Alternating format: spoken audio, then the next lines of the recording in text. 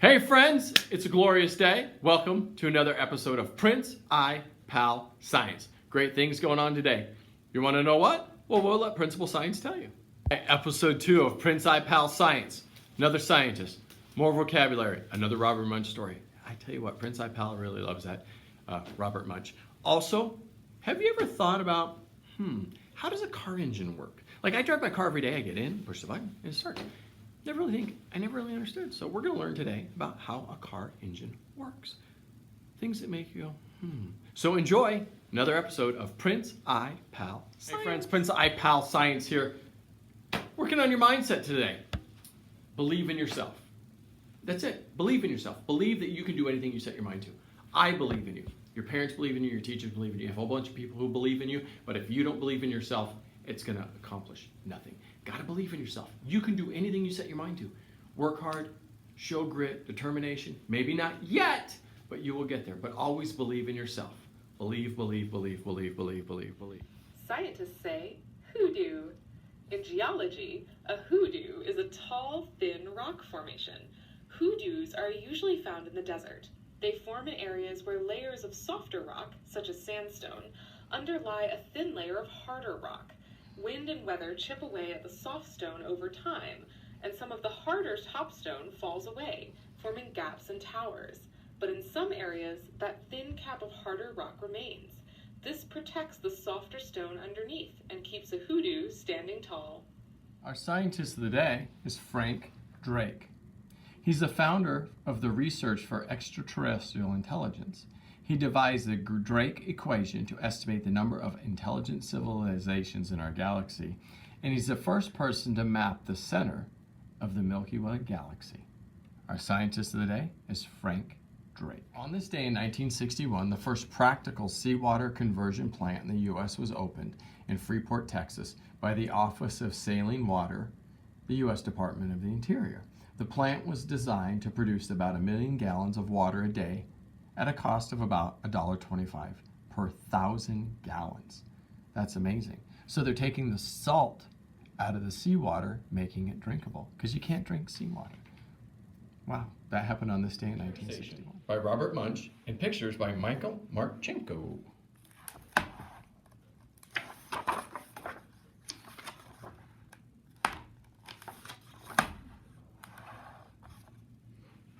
Michael and Sheila were walking down the street.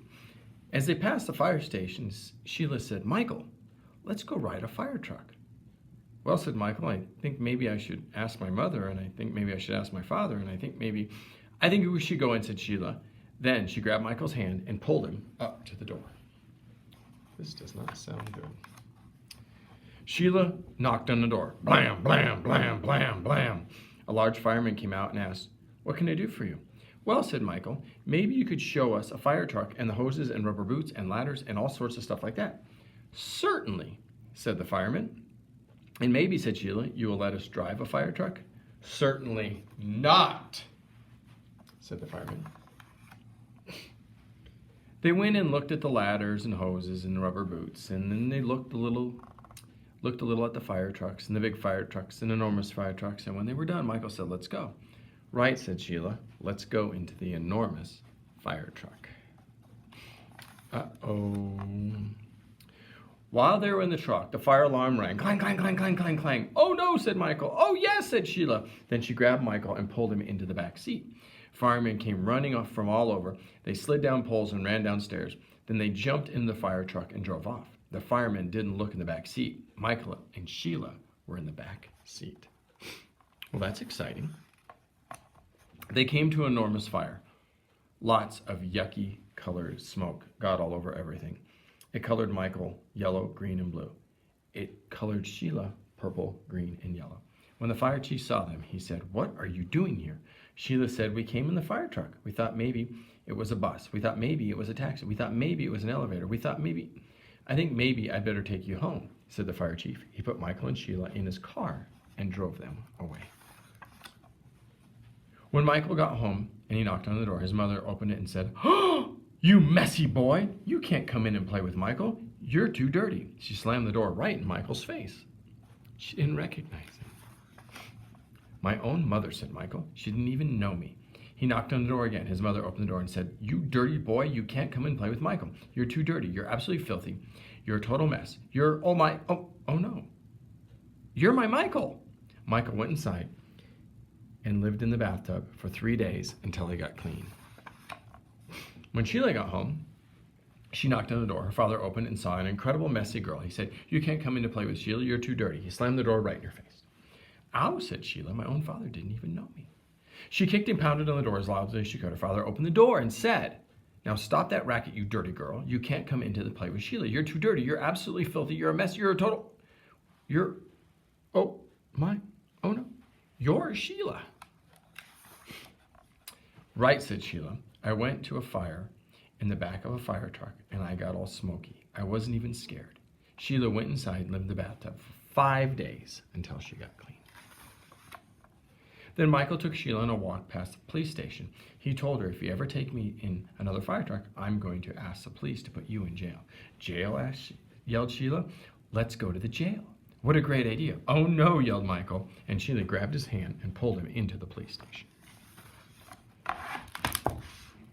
Michael and Sheila and Michael go to the fire station. How do car engines work? Let's have a look inside a car engine. We have cylinders, parts of a cylinder, a spark plug, a cylinder, a piston, a connecting rod, and a crankshaft. A single cylinder function. Intake, the piston moves up and down and sucks a mixture of air and gasoline into the cylinder. The piston moves up and compresses the mixture into the cylinder. The compressed mixture gets ignited by a spark plug and expands down the piston. The piston moves back up because the momentum and forces the waste from the burnt petrol out of the cylinder. 4 cylinders working together to run the axle and generate power.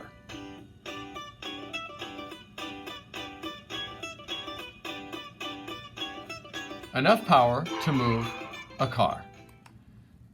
So that's how a car engine works.